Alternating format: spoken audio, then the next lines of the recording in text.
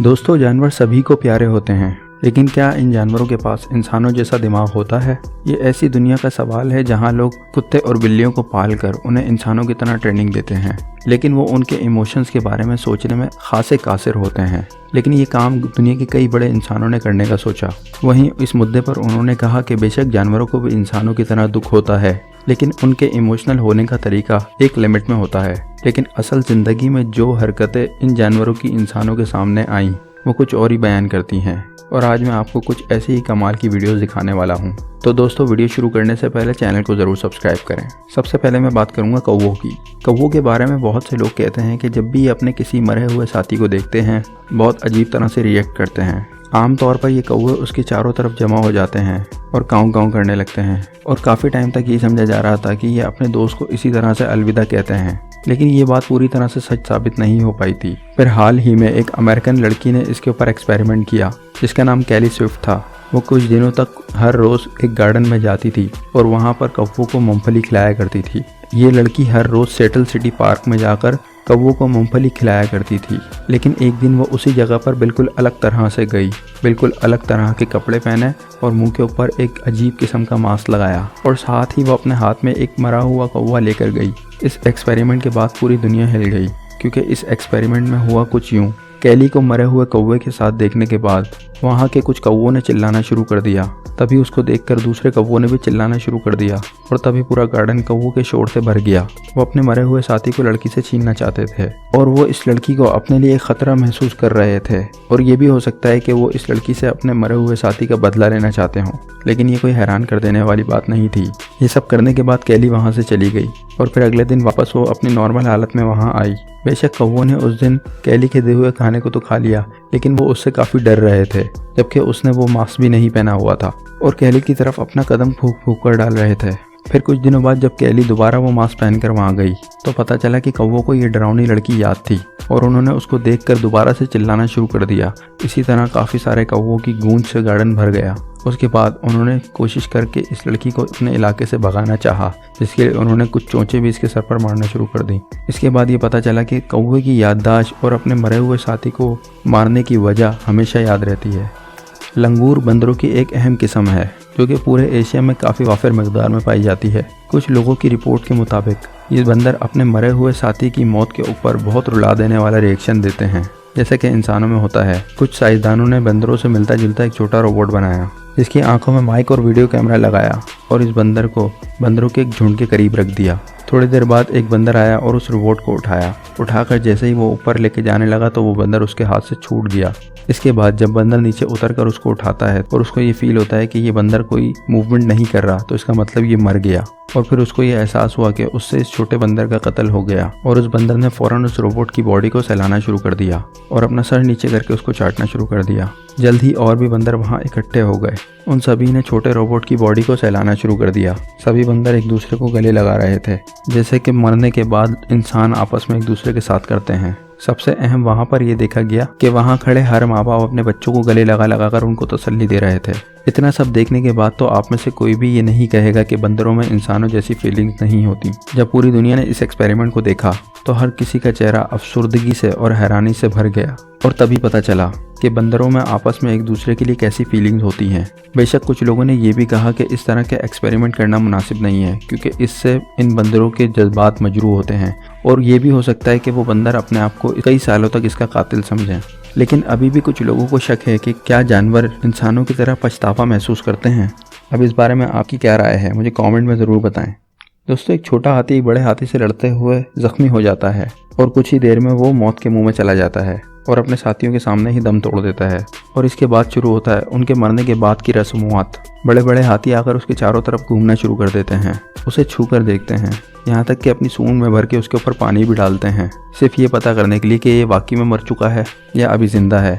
और फिर उनकी रस्मों में शामिल वो उस हाथी को घसीट कर किसी सही जगह ले जाते हैं। इसके बाद वो अपने आगे के दोनों पैरों से इसको झुककर सलाम करते हैं और फिर पीछे के पैरों से इसको छूते हैं।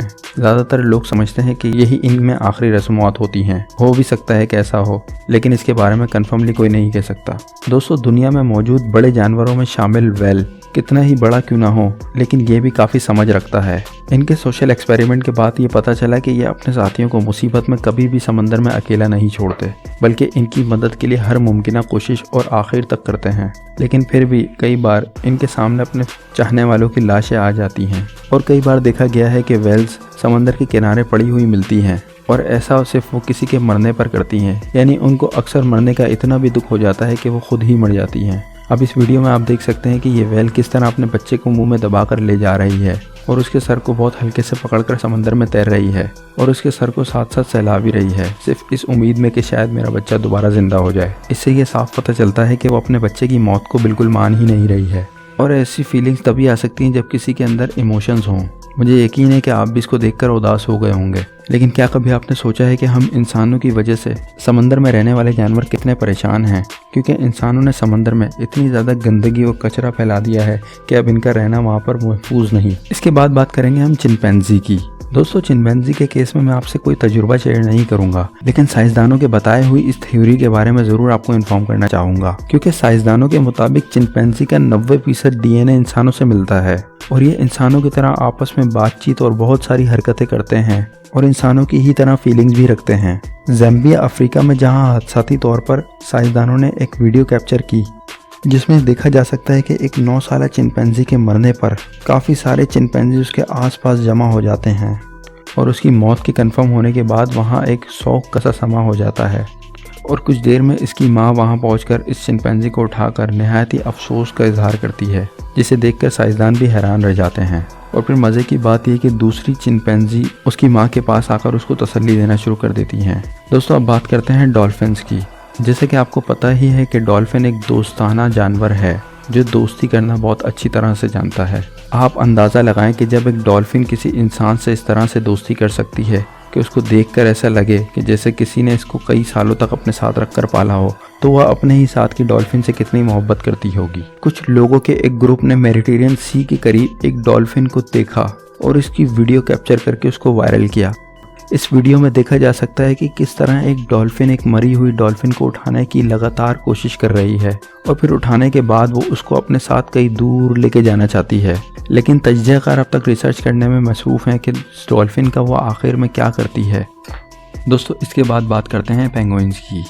अंटार्कटिका में रहने वाले पेंगुइन्स सख्त सर्दी के आदी होते हैं, जहाँ का टेम्परेचर तकरीबन -40 डिग्री से भी नीचे चला जाता है। और साइंसदानों ने इस पर रिसर्च करने के बाद ये कहा है कि जब सख्त सर्दी पड़ती है तो ये ग्रुप की सूरत में एक दूसरे को कवर करते हैं, और इस तरह ये सर्दी की शिद्दत को कम करने की कोशिश करते हैं और एक दूसरे की मदद करते हैं। और यहाँ से आपको अंदाज़ा हो सकता है कि इनके अंदर कितना एहसास मौजूद होता है कि ये अपने छोटे बच्चों को अपने हुजूम के दरमियान में रखते हैं, और साथ साथ ये मुसलसल सीक्वेंस से अपनी जगह चेंज करते रहते हैं, क्योंकि इनको इस चीज़ का अंदाज़ा होता है कि अगर हम मूवमेंट करेंगे तो हमारा जिस्म गर्म रहेगा, और इस तरह से दूसरा इनका साथी भी गर्म हो सकता है जो कि किसी ज़्यादा सर्दी की जगह पर हो। लेकिन जब सर्दी हद से बढ़ जाती है तो छोटे पेंगुइन्स का बचना बहुत ही नामुमकिन हो जाता है। जैसे कि आप इस वीडियो में देख सकते हैं कि एक छोटा पेंगुइन बर्फानी तूफान को बर्दाश्त नहीं कर पाता और वहीं अपना दम तोड़ देता है। इसकी जमी हुई लाश के पास इसकी माँ किस तरह से आ रही है आप देख सकते हैं, और फिर वो इसकी अपनी चोंच से टच कर और फिर रोना शुरू कर देती है। लेकिन कमाल की बात यह कि कुछ ही देर बाद एक और फीमेल माँ इसके पास आकर इसकी माँ को तसल्ली देना शुरू कर देती है। इस सीन को देखकर यकीनन आपके भी आंखों में आंसू आ गए होंगे, और इसके बाद शायद ही आप ये कहें कि जानवरों के अंदर फीलिंग्स नहीं होती। दोस्तों, हमें भी चाहिए कि हम इर्द गिर्द के जानवरों पर ज़रूर नज़र रखें और इनका ज़रूर ख्याल रखें। अगर हम अपने माशरे में देखें तो हमारे यहाँ जानवरों में कुत्ता और बिल्ली बहुत ज़्यादा मिकदार में पाए जाते हैं, लेकिन हम इनको कितना नज़रअंदाज कर रहे होते हैं। हमें चाहिए कि इनकी सर्दी गर्मी का ज़रूर ख्याल रखें, इनके खाने पीने का ज़रूर ख्याल रखें, और अगर कोई जानवर ज़ख्मी है और रोड पर पड़ा हुआ है तो चाहिए कि उसको उठाकर किसी साइड में रखें, क्योंकि ये जानवर भी हमारे बनाने वाले की एक मखलूक है जिसका ख्याल रखना हम सब की जिम्मेदारी है। तो दोस्तों, आज से अहद करें कि हर शख्स अपने इर्द गिर्द के जानवरों का ज़रूर ख्याल रखेगा और इनकी ज़रूरियात को ज़रूर पूरा करने की अपनी पूरी कोशिश करेगा। हमारी वीडियो आपको पसंद आई हो तो कमेंट में ज़रूर बताएं और चैनल को ज़रूर सब्सक्राइब करें। शुक्रिया।